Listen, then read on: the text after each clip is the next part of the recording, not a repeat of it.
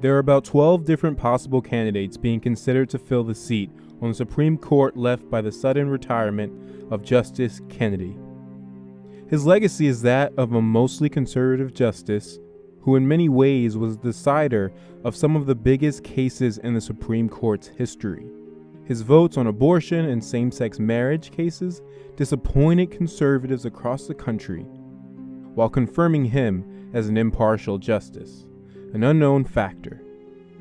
But the Trump administration is unlikely to replace him with an unknown. Supreme Court nominations have taken a very controversial turn as of late, beginning when Republicans refused to even meet or consider Obama's appointment of Merrick Garland. With November elections and an opportunity for Democrats to take back power of Congress, there is a major fight ahead over even the ability of Trump to appoint a justice. Nevertheless, Trump is whittling his list of possible nominees down. Interesting enough, he received his list directly from the Heritage Foundation and Federalist Society, two conservative groups with members and employees moving on to serve in influential roles in government. According to a New York Times source close to the president, the two main contenders are Judge Brett M. Kavanaugh and Judge Amy Coney Barrett. Kavanaugh attended Yale for both his bachelor's and law degree, after which he clerked for Justice Kennedy and Alex Kaczynski. He went on to work for the Justice Department and Bush White House as a staff secretary. Eventually, he would be confirmed and serve for 12 years on the United States Court of Appeals for the District of Columbia Circuit. He is well known for a lead role in drafting the Starr Report, which called for the impeachment of Bill Clinton, and as a lawyer on the team that fought for George Bush in the 2000 presidential election recount case. Kavanaugh wrote an article for the Minnesota Law Review where he argued that the U.S. president should be exempt from time-consuming and distracting lawsuits and investigations, which would ill-serve the public interest, especially in times of financial or national security crisis. Kavanaugh wrote a dissenting opinion regarding the Affordable Care Act's constitutionality. He argued that the ACA was a bill for raising revenue that lawfully originated in the House, even though the Senate took a House bill and amended it by striking its text in its entirety and inserting the ACA. He is known for his dissents in major environmental cases, most notably the case where the D.C. Circuit upheld the EPA's greenhouse gas regulations. Kavanaugh penned his own lengthy opinion, dissenting from his colleagues. He argued that the EPA exceeded its statutory authority. He's also written that the Second Amendment preserves the right to own semi-automatic weapons. The fate to the right to abortion is on everyone's radar. Kavanaugh did side with the Trump administration last year in a case on whether or not a migrant teenager was allowed to be released into a hospital's custody to have an abortion. Other than that, his views on the matter are unknown. He has been careful not to share his views on Roe v. Wade. Kavanaugh is solidly conservative. During his 2006 confirmation hearing, Democratic New York Senator Chuck Schumer had this to say of Kavanaugh. If there has been a partisan political fight that needed a very bright legal foot soldier in the last decade, Brett Kavanaugh was probably there.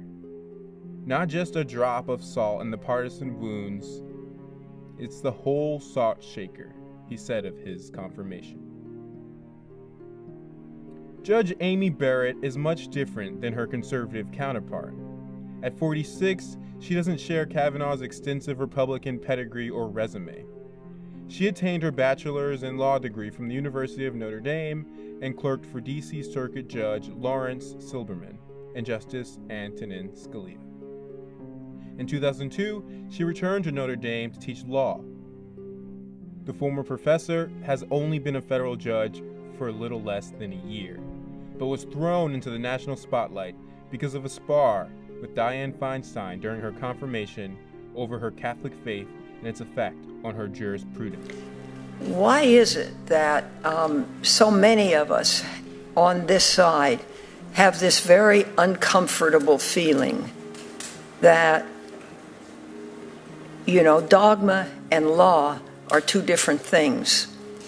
And I think whatever a religion is, it has its own dogma.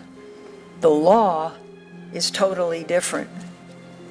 And I think in your case, Professor,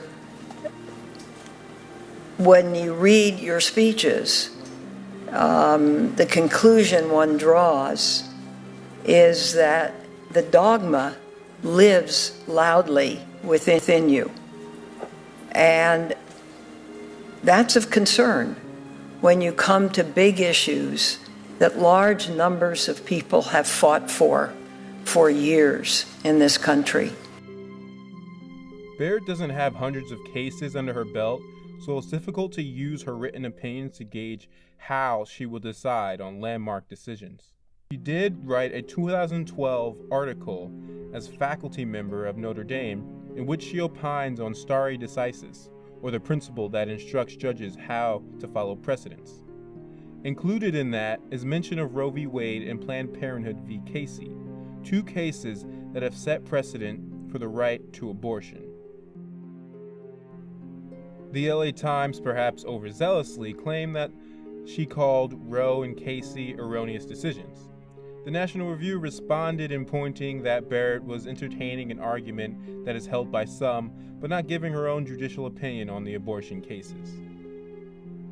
Also, while at Notre Dame, she gave a speech called Roe, 50 Years of Controversy, in which she said that the case ignited a national controversy, and that scholars from both sides of the debate have criticized Roe for unnecessarily creating a political backlash known colloquially as Roe rage. Speeches show that she believes life begins at conception, but despite her beliefs informed by her Catholicism, she doesn't believe personal beliefs have a place in the courtroom. It's easy to see that conservative pundits and networks expect her to overrule Roe if given the chances. And concurrently, many on the left agree that she wasn't on the Federalist Society's list for no reason. Generally, Kavanaugh has the support of fiscal conservative insiders in Washington, while Barrett is a favorite of many social conservatives. Trump will most likely give a nominee name as early as Monday. Whomever he chooses will definitely face great opposition from Democrats. This is Iziah Thompson with Daily Clout. I'll be back next week with This Week in Congress. I'll see you then.